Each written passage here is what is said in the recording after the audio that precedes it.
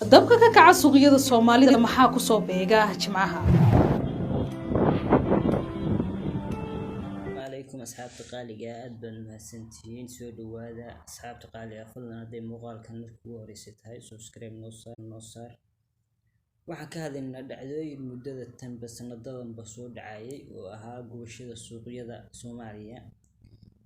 وحكى بلاب إن سوق بوصاصو لبادي بيشي لبيتون لبدا كوني تمانكي وحكى قبصدي دبا قبصدي هبين جمعة سوق لسه waxa uu dab qabsaday suuqa Boosaaso waana meesha ay ka 8 sano kadib 10kii bishii 2009 dab baa wuxuu ka dhacay habeen jimco ah suuqa Bakaaraha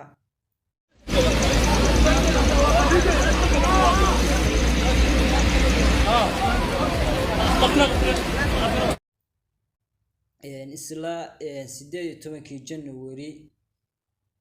iska soobe iyo banaadir isna dab ka qabsoomay habeenkii jimcada ahaa ganacsiyeedka u dhaxeeya labada isgoys ee soobe iyo banaadir isla koodii Abriil 2022 isla habeen jimcaha isna dab wuxuu ka qabsoomay ka dhacay suuqa Waaheen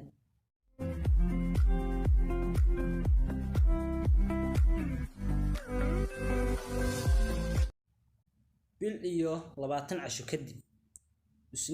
isna habeen jimcaha ay tahay suuqa banaadir dab ka kacay hana ilaawin waa taxanihii habeenka jimcaha ilaahay musiibadaas dhacday annagu dhihimayno qolaa ka dameysanaysa laakiin ilaahay intii wax ku yeeshay ku gaadhay ilaahay uga booyadhayo fikirkaaga commentiga ku reeb maxaa sababay habeen kasta in jimcaha Jimcaha